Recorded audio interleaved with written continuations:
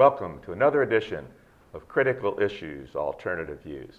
I'm Ron Kramer, Professor of Sociology at Western Michigan University, and I serve as the host for our program. With me is one of our regular viewmeisters, Denise Keel. Denise is a professor in the Department of Political Science. She's also affiliated with the Institute of the Environment and Sustainability. Got it. You got it right this time? And Denise also serves as the chair of the WMU Climate Change Working Group. So she's a very busy woman. Yes. And we have a special guest with us this time around, Ed Martini. Ed is a professor in the Department of History at Western Michigan University.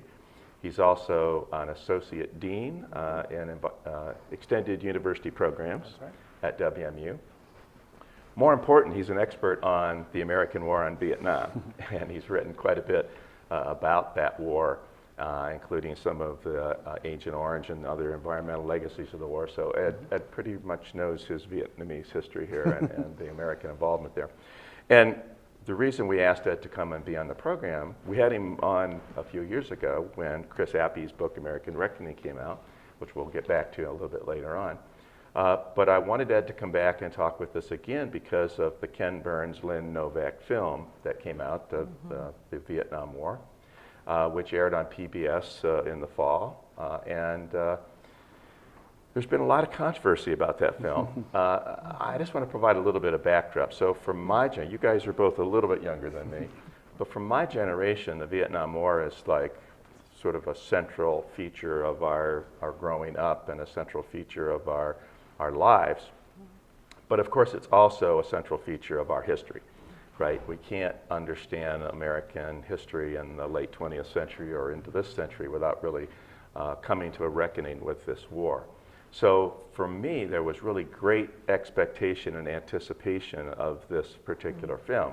We knew Ken Burns had been working on it for some 10 years. Burns is an excellent filmmaker. He's produced some wonderful films over the years, baseball and the Civil War and jazz and so forth. So there was great anticipation. So I think there was a little bit of disappointment in terms of how the film actually went. So Ed, let me start off by asking you, what was your overall reaction to the Burns-Novak film? Well, I think like you, and like a lot of other historians at least, I was also disappointed. I would respectfully disagree about the greatness of Ken Burns' filmmaking. I myself am not a fan. I think it's fine, and I think it's designed and built for a popular audience. And he's got that style and everything, which some of us find to be a little kind of repetitive and so on. So I had my expectations, I think, in line there. And so that wasn't necessarily disappointing. That was just not overly impressive, I thought. And so, but my disappointment with the film in general, all 19 long hours of it, I think there's sort of two different levels. On the one level, you know, I'm a historian, and I spend all my time writing and thinking about the Vietnam War. And so myself and Chris Appy and some of these other folks, you would expect us to be disappointed in it in the same way that I'm sure baseball historians were slightly disappointed with baseball and Civil War historians were slightly disappointed with Civil War. And so from that perspective, that might just be academic nitpicking more than anything. And it's not necessarily, I don't think that he gets anything wrong, these kind of glaring factual errors, but in terms of what he chose to include and not include, and we can maybe come back to some of that. So that's maybe to be expected in terms of how he framed things and what he chose to leave out. That's disappointing to me as a historian. But as a teacher, I guess, and as a fan of documentaries, what disappointed me, I think, maybe most about the film, because this is what I was at least hoping for, was that out of this, I would at least get a great teaching text, and there would be some great footage and some great scenes that I could use in the classroom. Another great resource that you could at least steer people to. If you didn't know anything about the Vietnam War, if you didn't live through it, go watch episode 3, go watch the whole series, and you'd come away at least with a kind of good introductory understanding. And I would argue, having rewatched it now even more, that it's really disappointing as a teaching text. And I think if you come into watching that film not knowing the history of the Vietnam War, not having lived through it, you would be at a loss to understand why the United States fought in Vietnam. You'd certainly be at a loss as to what the Vietnamese were fighting for. You'd have no sense of why so many people in the United States fought against the war in Vietnam, even why some supported it, but particularly those who fought against it. and he'd really have no sense of how the war shaped American culture and American politics and American foreign policy in the 50 years since. So that, to me, is what is most disappointing, that even if it's not perfect from a documentary standpoint or from kind of a historical perspective, it's really disappointing even from kind of a teaching perspective and even just providing a base introduction to the conflict and the causes of it and the legacies of it for those who weren't there.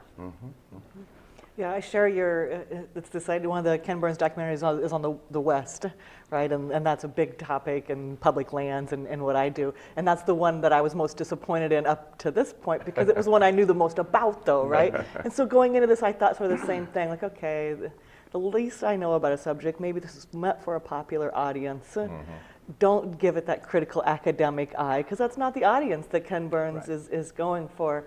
But having read some of the other books and knowing a little bit, even though I didn't live through it either, it was very confusing to figure out what the thematic issues were, right?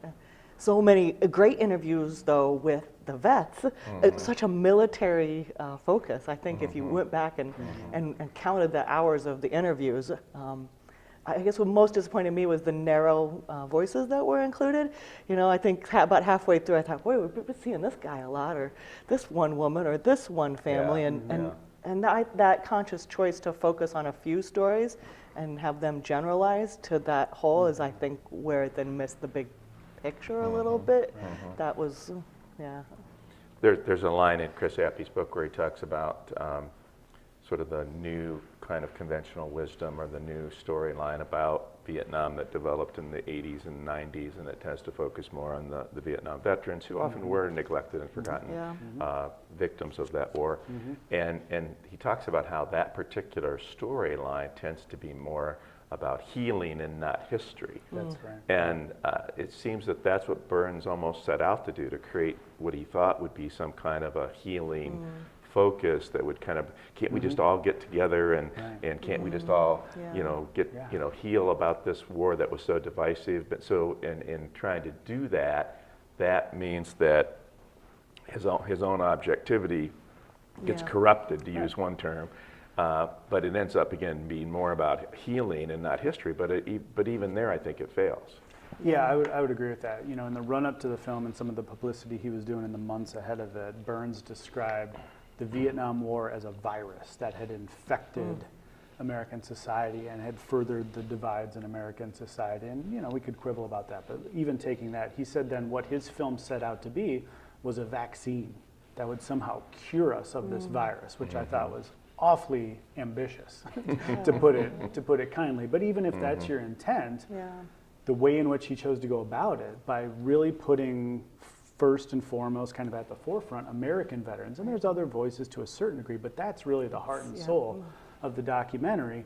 We're never going to get to that point. And there was a point in which when the veterans came home and soldiers came home from the war, they were neglected and they weren't treated well, mostly by their own government, not by the anti-war movement, as the myth often goes. It was much more by the VA and the government, by World War II veterans, by the VFW that didn't accept Vietnam veterans. But leaving that aside, there was a point in which that was true, and there was a point in which Vietnam veterans were not sharing their stories and in which we didn't know much about their experience.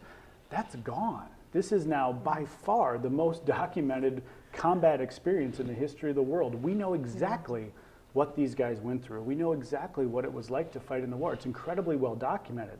And it's not to say those voices aren't important and we shouldn't learn from that and we shouldn't take those lessons and apply them, for sure. But there's so much more to the story. And I think as long as we focus on that aspect, as you're suggesting, we're never going to have the vaccine. We're never going to have the reckoning that Chris calls for. And so the flip side of that, so what gets ignored? There's a lot that gets ignored in the documentary. The two biggest ones I would say is the voices of the anti-war movement. There's one anti-war figure, and I've never even heard of the person. I didn't know that person. I didn't know who that was. In the film, and there's all sorts of famous people they could have gotten from any number of perspectives, because so many people were opposed to the war. That's one. But the other is really examining what the war did in terms of its impact on civilian casualties in Vietnam. And that is something that American society, American culture, American politics have never, ever reckoned with, and I fear never will. The millions of people who died as a result of the U.S. invasion and occupation of South Vietnam and the bombing of the North. The overwhelming majority of casualties in that war were civilian casualties, and that barely even gets mentioned in 19 hours worth of Ken Burns. The estimates are 2 to 3 million. The Vietnamese, I think, say 6 million. Yeah. What is your best judgment in terms of it? It's hard to figure. Yeah, it, we really, and then part of it is we don't have the records, and so much time has gone by. We don't know. The best sort of scholarly estimates I've seen from social scientists and demographers, people who have kind of gone back and tried to do it, is somewhere between 2 and 3 million. So a lot of us would assume kind of 2.4, 2.5 million total. That includes soldiers, that includes civilians. But we do know that the overwhelming majority of civilian casualties who are included in that, who make up the majority, were also killed by the air war. They weren't killed by the ground war. They weren't killed by American troops in action. They were killed by the air war, which dropped, we're talking about the heaviest bombing in the history of the world per capita. More tonnage of bombs were dropped on Vietnam than were dropped in the entire Pacific theater during World War II. Absolutely, absolutely. More bombs were dropped on Laos alone during the war than were dropped on all of Europe during World War II. Wow, that's incredible. I was just going to say, it was interesting. One of the themes that does get sort of beat over your head is it's almost like being in a therapy session with each one of the vets who they do interview, and if that is meant to be some sort of healing. But some of their stories, they did have their own reckonings. You could see the growth. That was, for me, the most interesting part was when a true reflection on what I thought as a 19-year-old kid and what I did and how I now see those things, and how many of those vets actually did talk about what we might consider war crimes, what the Vietnamese might certainly consider war crimes, and the differing perspectives on those issues was like maybe one theme that came out. Plus this idea of body count only numbers, because only numbers count. The whole McNamara, the whole industrial complex of quantification of this war really made that civilian count. I mean, of course these guys were saying whatever numbers they thought they could. So it's no surprise to me it's such a big gap. And we don't know how many civilians, because it was in your interest to say you just killed more people, because that's the only measure of success, right? That the United States used to bring home and try to convince the American public over and over. Well, kill ratio was 20 to 1, was 45 to 1. What a terrible measure of success. But even one thing I was hoping to ask you about. Even in those cases where the documentary sort of hints in that direction. And even when it hints about, well, Johnson was lying, Nixon was lying, and McNamara was lying, where there's evidence presented that they were lying, it never carries it out to the logical conclusion. It was like it was afraid to go there. And so, for instance, they're suggesting that, well, the body count and the war of attrition strategy was likely responsible for increased civilian casualties. Absolutely. And in his first book, Chris Happy writes about this strategy and what he calls the Doctrine of Atrocity, that basically that strategy made a large level of civilian casualties, if not war crimes, inevitable. It was absolutely inevitable, but does the documentary carry that out to its logical We make conclusion? that point. No. It's like the United States' entire strategy was premised upon this idea that they would inevitably kill civilians on the ground war and in the air war. But we don't go that far. And without that kind of truth-seeking and truth-telling, you're never going to have a true reckoning with the legacies of the war. It seemed to me that this was one of the central failings of the film, that, of course, they do talk about the lies. They talk about the brutality of the war. They talked about the stubborn refusal to withdraw and in the end, the failure of the war to achieve American objectives. But they always, they start off with an assumption that, well, we kind of stumbled into this, right? Their focus on the government, the focus on the United States government and what it was trying to do in Vietnam never comes into true focus, right? And the film ends up sort of hewing to the government line that this was a civil war, not an adventure in American imperialism. And so without that framing of it, you really can't understand it. This was not a civil war, was it? This was American imperialism. There were elements of Civil War-like features to it in that the country was somewhat divided. But the only reason it was at all even considered a civil war is because we propped up this artificial regime in South Vietnam and created this artificial country where one had never existed and would never exist again. It was, the Republic of Vietnam was in existence for 20 years. That's it. And only because we supplied it with its economic support. We provided it with what at the end of the war was the 4th largest air force in the world. It was completely artificial. So yeah, and it would never, of course, go into the realm of American imperialism and talking about the larger footprint and how this was part of a larger imperial mindset of the United States before, during, and after the Cold War. The fact that we took over for the French after 1954, after the French were defeated, that we kind of assumed their role, and of course they were the colonial masters for a long period of time in all of Indochina.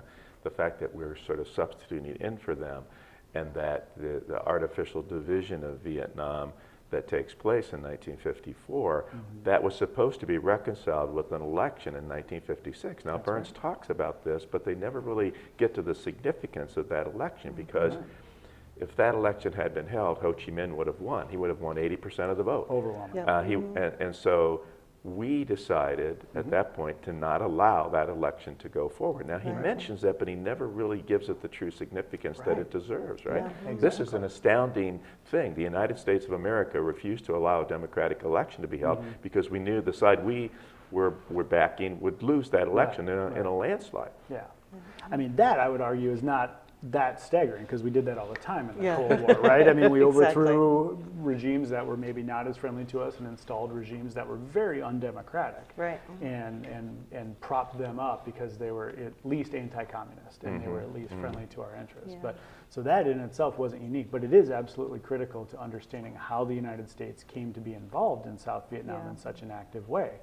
And so it not only ignores some of that, but then it buys into what historians would call the quagmire theory, or even the noble cause, that we did go in with the best of intentions and this Cold War mindset, and we sort of stumbled into it. No, we didn't stumble into it. They knew, and the film actually shows evidence of this. It just will not call it out for what it is, which is that Kennedy and Johnson and later Nixon knew we weren't winning, and that we probably wouldn't win the war. No matter how many troops we put in, no matter how many bombs we dropped. But they went on night after night and told the American public that we were winning and that we would see the light at the end of the tunnel and that it was getting better. And it was all a lie. It was all a lie. And Burns would never say that. Never say that. It was disappointing to see when I first started the documentary, and each one of these is about 2 hours, and the first episode though covers 1840, from the Civil War all the way to 1945. I was like, we're going to be able to do that in 2 hours, which that is some of the right. But we're going to take a whole year on 1963, 1964, and only talk about these experiences when really that lead up is so fascinating and so important to understanding that we did know, and we knew all along what was going on and the reasons that we were getting into this, right? And it's important for understanding who the Vietnamese are and why they were fighting. And that's the part we do, 2,000 years of Vietnamese history in about the first 12 minutes of the documentary, and then that's it. And all of a sudden it's 1945. That's right. It was like, what happened here? That was a disappointing part, because even the 1983 film, Vietnam, A Television History, that was based on Stanley Carno's book on Vietnam, just a few years after the war was over, had an entire episode that actually dealt in a fairly sophisticated way with Vietnamese history and their legacies of anti-imperialism and their millennia long war against the Chinese, which is critical to understanding this. And this film barely even tries to do that. So it's, in some ways they've moved backwards in the kind of PBS documentary style over the years. And even after 1945, the film never really seems to get into or make clear the southern roots of the war, right? I mean, it's always portrayed as a North Vietnamese invasion of South Vietnam, but the southern resistance that was always there, right? It was always there. And they just don't make that clear. And again, that leads into this notion that this was somehow a civil war. That's right. And It comes, it is somewhat true that it comes to look more like a civil war as the war goes on. And it becomes a more conventional war as the war goes on. As the United States gets more involved, then the North Vietnamese get more involved and they infiltrate the South more, and the Chinese and the Russians get more involved. But it all goes back to the roots of American involvement, which were very much imperial, and the indigenous resistance in the South, which was not foreign born, and it was not an invasion. This was people at home who were trying to determine the fate of their country, and were very unhappy with this puppet regime that was installed by the United States. I wanted to ask you about, so another feature of how the U.S. involvement in Vietnam was ratcheted up was the Gulf of Tonkin incident. And I wondered how you felt the Burns film portrayed the Tonkin Gulf incident and the aftermath of that. I thought that was actually one of the better sequences of the film. I forget if it was episode 3 or 4, but at the beginning of that, there's about 15, 20 minutes where they really focus on the Gulf of Tonkin, and they point out all the mystery that sort of continues to shroud that, and certainly calls it into question. So I thought it was fine, and it was actually, for the Burns film, one of the better moments. But I would argue that it still doesn't do nearly as good a job as the Errol Morris film, The Fog of War. Fog of War is which one of I my... still think is one of the best documentaries about the war, and certainly the best teaching documentary about the war. I Absolutely. mean, if you really want to get across to students or to people unfamiliar with it, what the Gulf of Tonkin incident was all about and why it should be considered so dubious as it was, is the Fog of War. And this kind of covers the same ground, and I thought it was fine, but it doesn't really introduce anything new to the conversation. Right. It doesn't really go beyond what the Fog of War did. So I thought it was fine, and for the Burns film, one of the better moments. But Fog of War is still one of my favorite understandings of the Vietnam era, even though McNamara at the end of that film doesn't really own up to Not his... full. You know, not Not fully. fully. He goes a lot farther than I think most folks ever thought that he would. And I love at the end of that film, they still ask him, so was it you or was it Nixon? Well, Nixon was still the president. You know, he kind of gives this qualifier of that. But I kind of wanted to ask you a little bit. Well, there's a theme in your book that I think is overshadowing what Chris is writing about and what was missing from the Burns film that I think Fog of War does a little bit of, is this over-reliance on the technical and military solutions and the data-driven quantitative era that we were in, that we just keep pummeling it with these same responses that aren't getting the outcomes that we want. But we refuse over and over to admit that more data and more tech and more bombing isn't going to do anything, right? And this refusal to accept that from American policymakers is, I think, the big theme that the Burns documentary doesn't do, and that why it's so interesting to watch Fog of War and see McNamara actually reckon with that and say, we were wrong. yeah. You know, we had bad assumptions. Well, and this is one of those examples of us as a nation not learning from our history, because we should have learned that lesson from World War II. Yeah. That for all the bombing that was done, particularly in Europe during World War II, but even in Japan, the strategic bombing and, it's going to break the morale of the enemy. No, Didn't work. We know from the bombing surveys that were done in Europe and Japan after World War II, if anything, it strengthened the resolve of the Japanese and the Germans. We had the data, and McNamara was right there. He was part of that project. Yeah. But then what do we do in the North? Oh, we're going to bomb, and we're going to bomb, and we're going to bomb, and we're going to break their resolve, and we're going to bring them to the negotiating table. And it never works. So there's a reliance on bombing and not learning those lessons, but the technology then is also one of those lessons that should have been learned after Vietnam. But this reliance on technology, when we see it echo after echo, we see it in the Gulf War with these precision-guided bombs that look like video games on CNN, which turns out not to be true.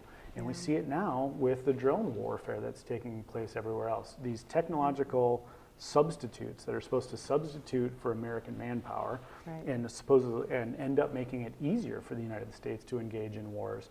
But we don't understand whether or not they're actually having tactical or strategic impact, the desired tactical or strategic impact, and we have no idea what the impact is on civilians, which goes back to this failure to deal with that. Absolutely. And just, over the last couple of weeks, we've seen reports coming out of the Middle East that the United States airstrikes in Syria have killed hundreds, if not thousands more civilians than were previously acknowledged. So there's this failure to learn our lessons, and the interrelated reliance on technology is stuff that we really should have learned after World War II, let alone Vietnam, but we continue to just ignore all those lessons. And this is where I think the question of war crimes comes back into play quite strongly, because the reliance on that kind of technological warfare, this essentially was an intentional all-out assault on civilians in a lot of ways. That's right. And that's war crime. That's the very definition of a war crime under humanitarian law.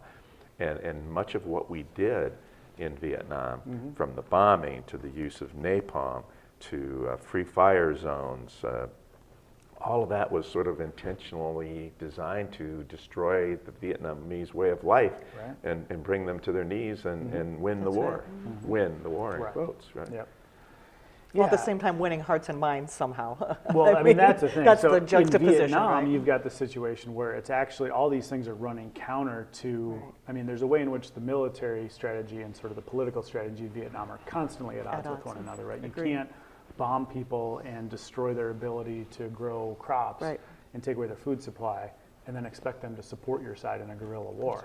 So in Vietnam, that doesn't make sense. But even again, if you go back to World War II and to go back to the fog of war, what does McNamara say about that? He said, if we had lost the war in the Pacific, we'd have all been tried as war criminals. LeMay would have been the first one right. hoisted up, and McNamara would have, I think he overstates his role in that, but he would have been tried as a war criminal too for what they did to Japan, where they just wiped out That's right. entire cities prior, forget about the atomic Firebombing weapons. of The Tokyo, firebombing. Firebombing March of 45. Tokyo in particular. Yeah. I mean, Yep. and even in North Korea, where we don't talk about that one as much. Yeah. But since Korea's back in the news, we don't talk about the complete destruction of Pyongyang during the war with Yeah. strategic bombing and with napalm, where we burned that city to the ground, killed thousands and thousands of civilians. Where this is just again a pattern that gets repeated in American military and foreign policy history. Now, you've written a book about Agent Orange. I think we've got we can show people the cover of the book, I think, here in a minute. But there it is on the screen.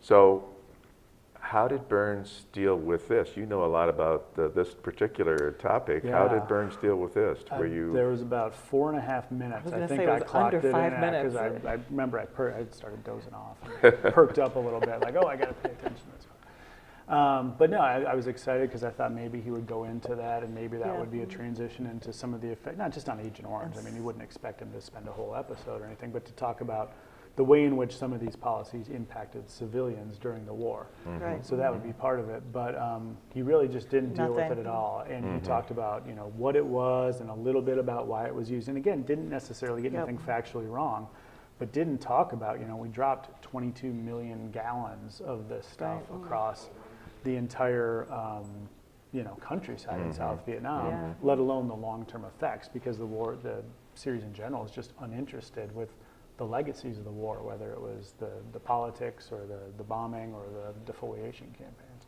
And again, this is really critically important now because so many of our veterans are still suffering the effects of exposure to Agent Orange, let alone the massive civilian casualties and the environmental destruction in Vietnam, but to our own veterans who are supposedly the focus of this healing film, that would seem to be something that should have been addressed a lot more. Yeah, and I thought maybe he would come back to that in one of the later episodes where he Right. focused more on the veterans and he focused the more on the after. after effects, where that would be the place to really tell that story. Because most people weren't paying that much attention to Agent Orange during the war, and we don't start even Right. hearing the veteran stories until really 1977, 1978. We're not hearing that. Most people, even in the anti-war movement in the 60s, were focused much more on napalm as a sort of chemically based weapon, if not a chemical weapon legally defined, than Agent Orange.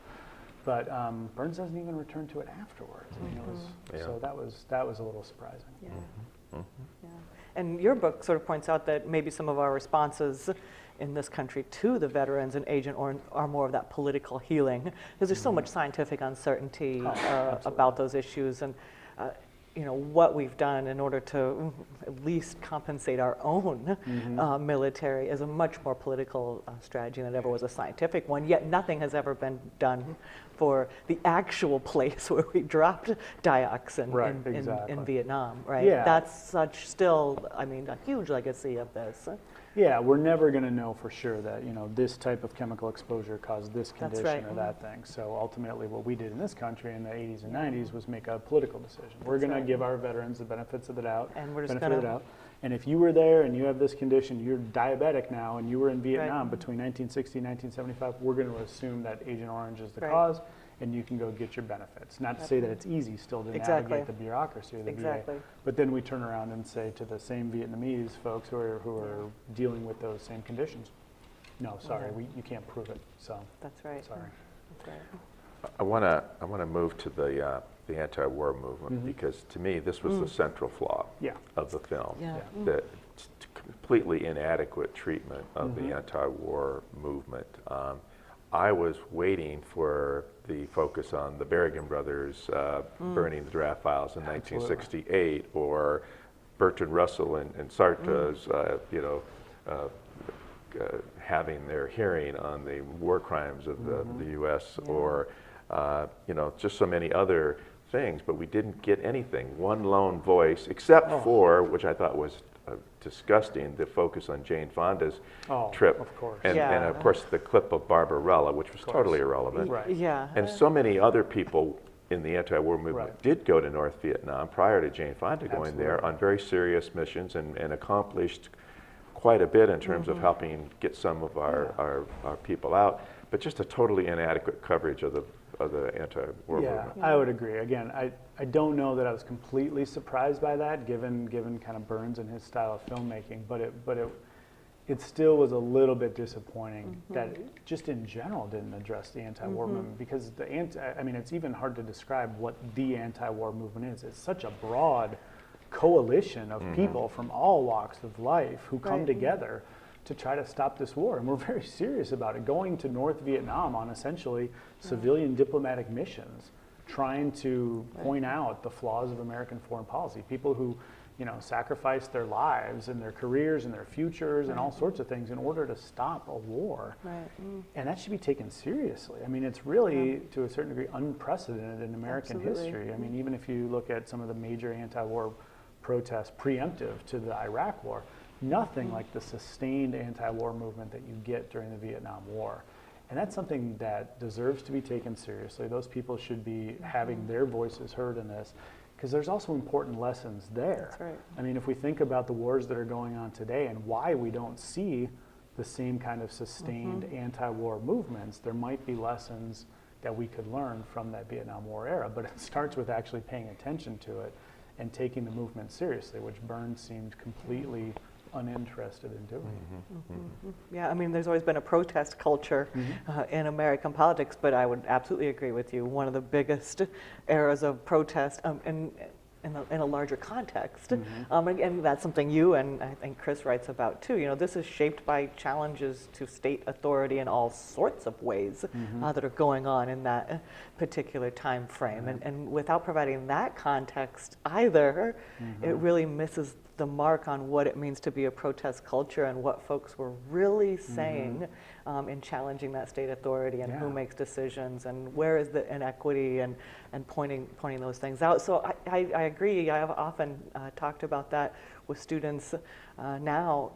We protest all sorts of things, but not our war.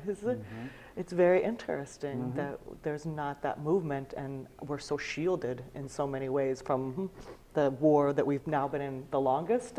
You'll have to correct me, war historians, like how long have we actually been Well, Afghanistan at war is- now? is- 20 years, Yeah. something like that again. So I War think that we won't might end. be the longest Yeah. with zero protest movement, really.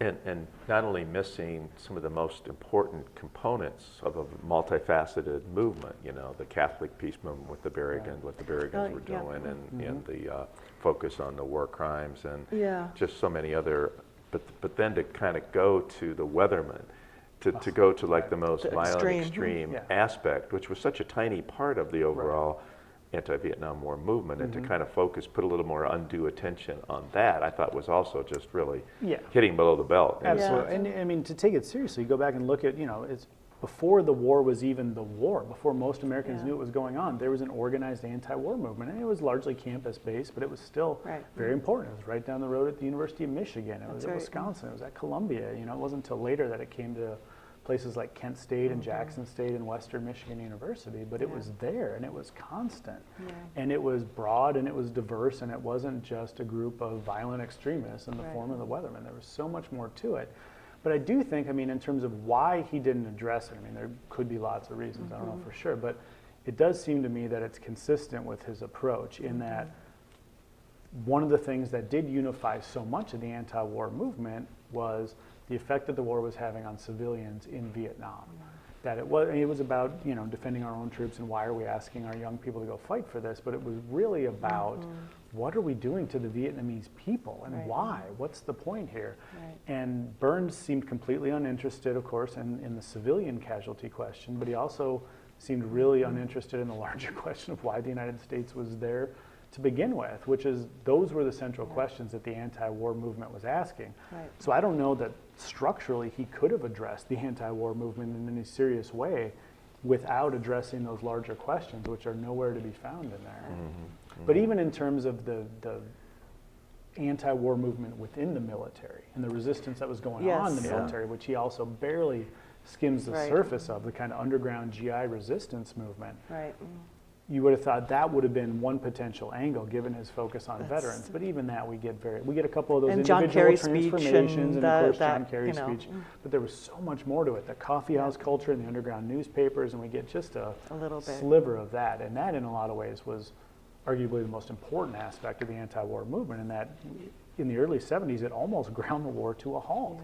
Because you had people in the field who were refusing to fight, who were assassinating their officers, who were just, you know, protesting in their own way, but it doesn't fit into the story. There's a minor focus on John Kerry, but nothing really about the overall Winter Soldiers investigation in 1971. Which because that would then you have to deal. You can't talk about the Winter Soldier investigations without talking about mass civilian casualties, atrocities, and war crimes, and that would disrupt the larger narrative or lack thereof that he's trying to tell. Agree. The counterpoint too with what was going on with the South Vietnamese, there's an undue attention, I thought, on the burning, the Buddhist monk who you know sets himself up. That was mentioned a whole bunch of times, but no other characterization of the South Vietnamese and how they were feeling during this process, right? So kind of very similar to the extreme weathermen here, and that's what was brought out, and I don't think that's the message of the I mean that was protest a overall. media spectacle at the time, but not indicative of the larger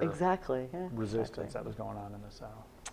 So there's kind of an overall inability to hold anyone ultimately responsible for these war crimes or for this tragic war, and it again is part of this effort for healing. This kind of sort of false equivalence develops in the film. So anytime, I mean, he does talk about My Lai, and he does talk about, you know, napalm and Agent Orange, you know, albeit briefly. Right. But every time he talks about something that the U.S. does, then immediately has to be counterbalanced by some atrocity committed by the North Vietnamese or by the Viet Cong. And this kind of false equivalence or false balance is, I thought, was really disturbing, because that kind of balance can turn out to be a really tremendous bias. Absolutely. And I think in terms of the coverage of the overall. The sort of fair and balanced approach to this, where there must be another side. It does skew it a little bit, and it tries to make sort of, you know, an apple for an apple in those cases. And these narratives they weren't parallel. Did the NVA and the NLF do horrible things during the war? Yes, of course. And of course, the common thread there is that the people who really suffered were the Vietnamese civilians, north, south, throughout the entire conflict.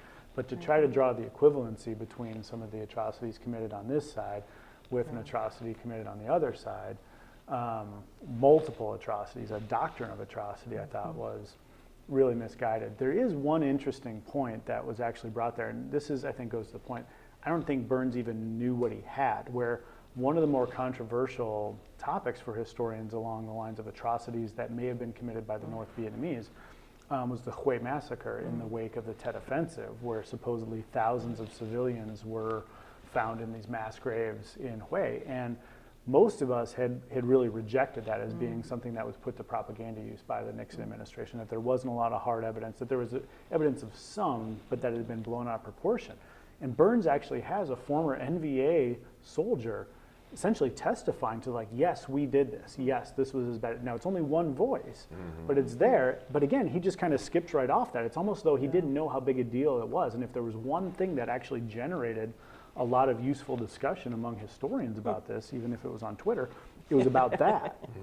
But there's been no follow-up and no discussion. But it was almost like they didn't even realize how significant that was, because that was maybe the one potentially new thing for historians that I think came out of it. We'd never heard that version of that story before.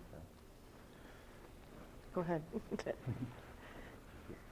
When I was I was born in 1951, so as a young boy in the late 1950s and early 1960s, I firmly believed that the United States was the best country in the world. We never lost a war. We only fought in wars for the best possible reasons. We were the greatest country in the world. We always did the right thing.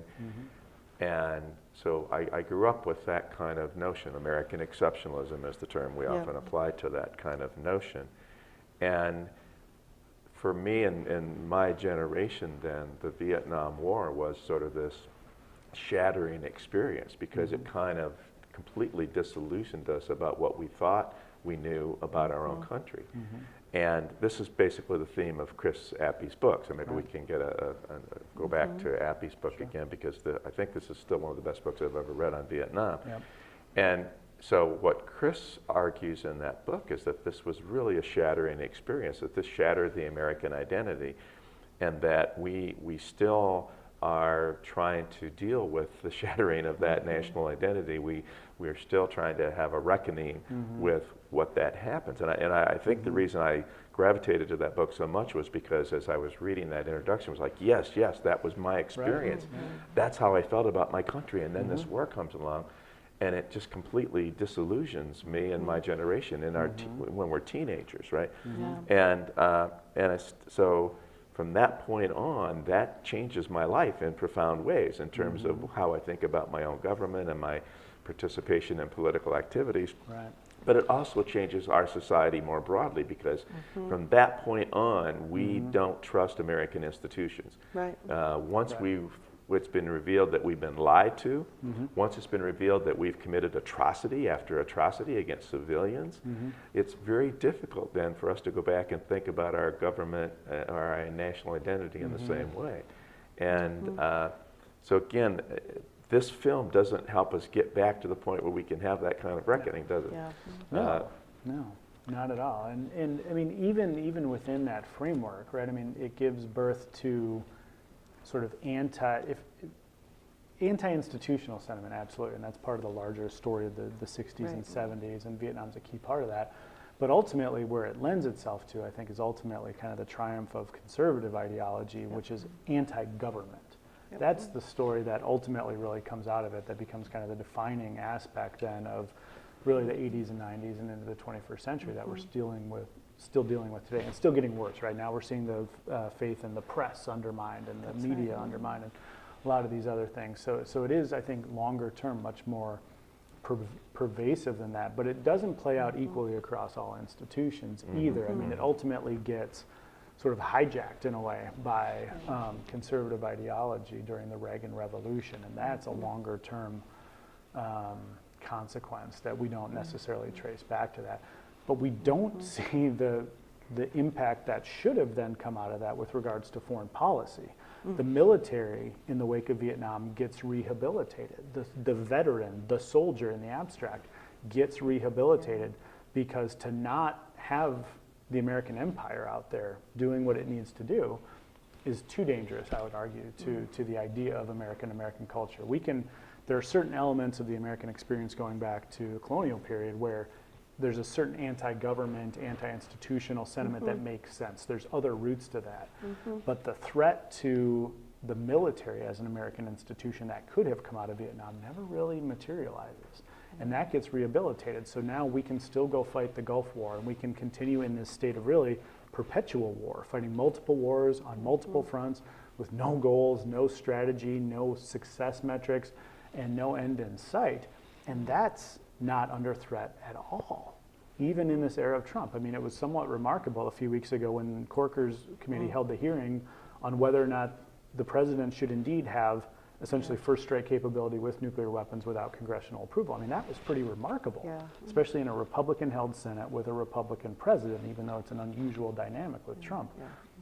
But we rarely see any of those kind of efforts to place additional checks on war-making authority, particularly with the executive branch.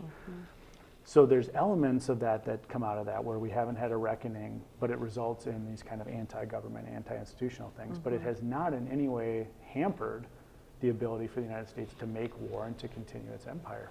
That's right. So public trust in institutions, in presidency and the Congress, historic low. Right, but the military. Right. The military, I think you're absolutely right, and I thank you for making the point that what this political vacuum does is open up the rise of conservatism as we know it. And so to me, that's one of the big political legacies of the whole 60s and 70s. Again, that challenge to state authority but how that's handled after is what's most important. Right.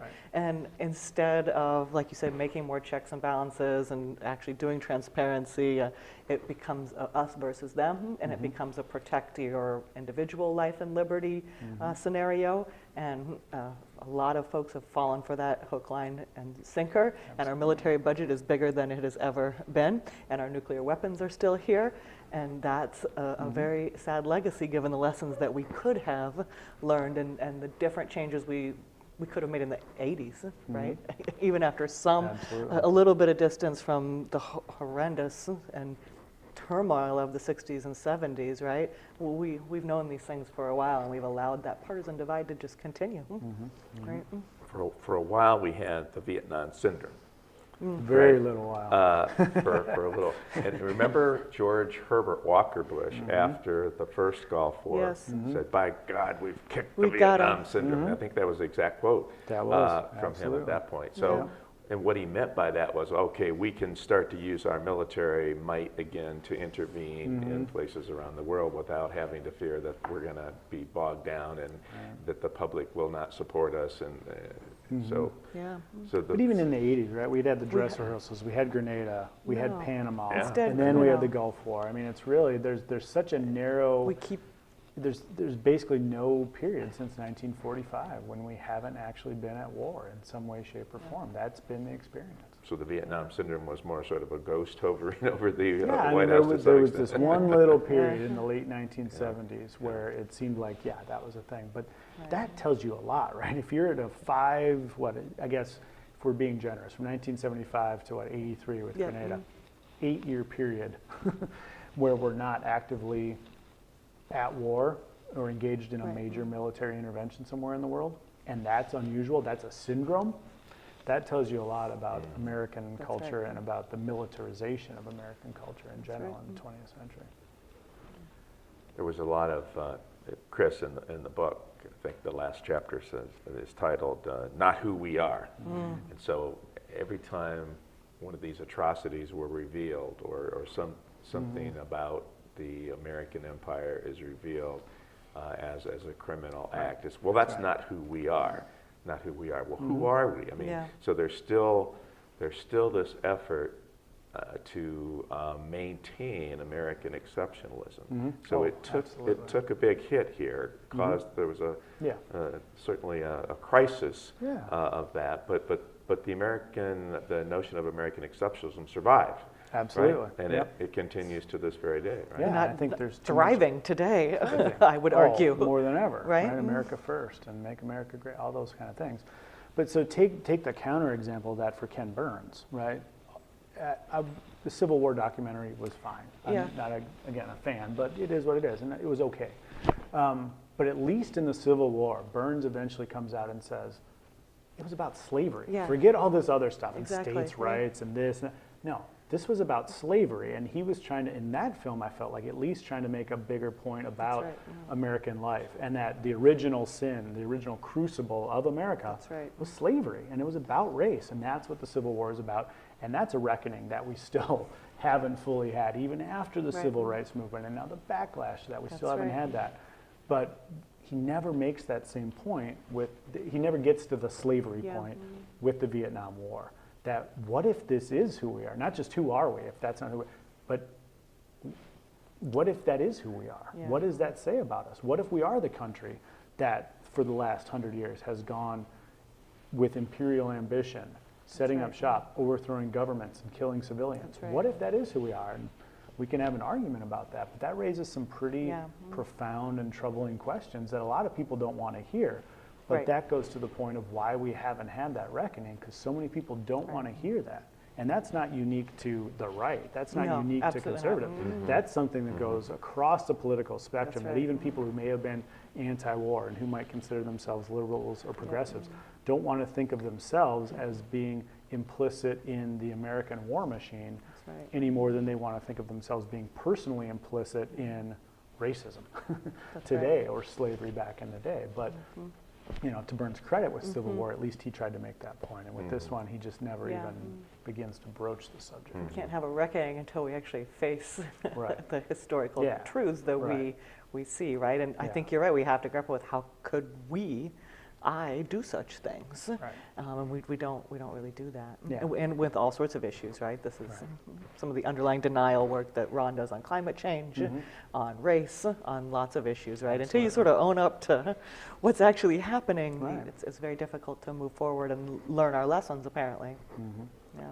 So to use some of the language from the denial literature, Yeah. this is another form of interpretive denial. So it's not a literal denial in terms of what happened, what we did, because he clearly covers it. He shows Yeah. in Right. graphic detail some of the things that we did, but it's the overall interpretation, that the way it's framed eventually, Exactly. and the failure to draw those broader conclusions Yeah. that are the central failure of this particular. And that's why he couldn't deal with the anti-war movement, because Yeah. to deal honestly and authentically with the anti-war movement, he would have had to address those kind of issues. And Absolutely, couldn't yeah. face He'd them. have to ask people, why are you fighting against this war? And That's they would have right. happily told them. Yeah. In the same way that if he had gone beyond John Kerry to the other dozens of people who testified in the Winter Soldier investigations, would have said, because I was asked to do awful things. In some cases, I was ordered to do awful things, and I was put in situations That's right. where I had no choice but to do these awful things. And I killed women, and I killed children, and it calls into question the whole operation. Right. And that forces all these larger questions about who we are and what we were doing in Vietnam, and potentially, if you wanted to go down that road, what we've done in countless wars since then and Yeah. continue to do. And there's a lot of people, including Ken Burns, but certainly not him alone, who are uninterested in asking those questions. So where does that leave us today with Yeah. Donald Trump, and for a little bit longer, perhaps Rex Tillerson, but it Not looks long, like it's Tillerson's Maybe not on too his long. way out, Yeah. and a more hawkish Pompeo who's going to come in. So where does this leave us in terms of American foreign policy today under this particular regime? I mean, I think anybody who's making predictions about what this president and this administration will do should be awfully careful. And so I wouldn't want to speculate, but I do think it's safe to say that we're not in a good place. Because on the one hand, we have all these wars that were already well underway, That's right. that long preceded this administration, that are continuing to be waged, and we're continuing to find more about them in Syria, in Yemen, in Iraq, in various ways in Iran. Across Africa, and then we have the situation in Korea. Yeah. And so I do think, the amount of unpredictability that Trump injects into the equation, that's the scary part for people. And people should be concerned when they think about his temperament and his mentality, potentially his overall psychological stability, whether it's just temper or whether it's something more. When it comes to a situation like North Korea, whether they like it or not, the president still has the nuclear codes, and the president can launch a nuclear strike, and in 5 minutes anywhere in the world, he can wipe that situation out. And we could be at war with North Korea like that, the way things are going. And that should terrify people. I don't want to be alarmist about it, but it's an absolutely scary situation. I mean, North Korea has long been one of the danger spots in the world. You look at that, you look at the Straits of Taiwan, you look at Kashmir. I mean, these are some of the consistent danger spots in the world. But right now, if you're not concerned about North Korea, I would say you're not paying attention. And that, says nothing about the ongoing wars in Syria and the Middle East and elsewhere. That's right. And Korea, it seems to me, again, is this perfect illustration of Americans not understanding the deeper history and the That's deeper right. context. I mean, you can't really understand why the North Korean regime acts the way it does without understanding something about the Korean War from the early 1950s. But America, that's just down the rabbit hole for most Americans. Yeah, well, it's ancient history for most Americans, Yeah. right? I mean, it's a long time ago, and we've learned today, and as we've discussed, we don't learn those lessons from our history. But it is a complex situation, and it requires complex solutions. There's no easy answer, and these people that somehow think that we can deny regimes like that the ability to develop nuclear weapons are crazy. And I mean, one of the other lessons that we never learned from Vietnam is really just fundamentally about the limits of American power. Yes. That even having the largest, most expansive military and the best weaponry on the planet doesn't mean a lot at the end of the day. You can't stop 19 guys with box cutters from getting on an airplane. You can't stop those kind of terrorist threats. You can't stop somebody from renting a pickup truck or a van and driving down the sidewalk in New York City. You just can't. And you can't stop regimes from acquiring weapons. You can try to deal with it in a sophisticated adult manner, which is not, I think, what we're seeing now. But there are limits to what the United States can do. And if the United States stops once and for all being kind of the grown-up at the table, for lack of a better analogy, in some of these situations, that puts us in a really tough spot.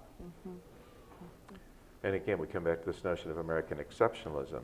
North Korea hasn't done anything that the United States hasn't already done in spades, right? In terms of developing nuclear weapons, testing them, developing long-range missiles, testing those. I mean, these are things that we've done over and over and over again, have developed this massive arsenal, and now another country comes along and tries to do a similar kind of thing for all kinds of, you know, perhaps nefarious reasons, and we don't want them to do that, but they haven't done anything that the United States hasn't already done. No, and in a lot of ways, it's a logical response, right? Exactly. I mean, when we look at, you look at the Axis of Evil declaration, and we're looking at Iran, Iraq, and North Korea. Well, we just invaded Iraq. So if you're in Iran and you're in North Korea, what's your logical response going to be? The only reason Iran and North Korea don't get invaded is because they have nuclear weapons. Right. Because the response would be so devastating, and that would be the logical response to those. So the logical response to that scenario would be to do grown-up diplomacy, where you work with the Chinese and you work in a less collusive way with the Russians to achieve some kind of amenable solution, because the North Korean regime, as unpredictable as it has been in certain ways, hasn't actually done anything. They've been pretty well contained, whether people want to hear it or not. To a large degree, the sanctions regime and the containment program have been working. So there's really no reason to give that up. They're clearly doing things in response to further provocations. So one quick solution would be stop provoking and start coming up with more reasonable solutions. Grown-up diplomacy. What an idea. What a concept. What a concept. Well, we're just about out of time. I want to thank you, Ed, for being here again. I always value your insights, particularly on this film. I do hope people watch the film, and now perhaps they will be able to watch it with a little bit more of a critical eye, thanks to your insights today and your comments today. Denise, thanks for being here. Oh, as always. And we'd like to invite all of you to come back and visit us again here on Critical Issues, Alternative Views. Thanks.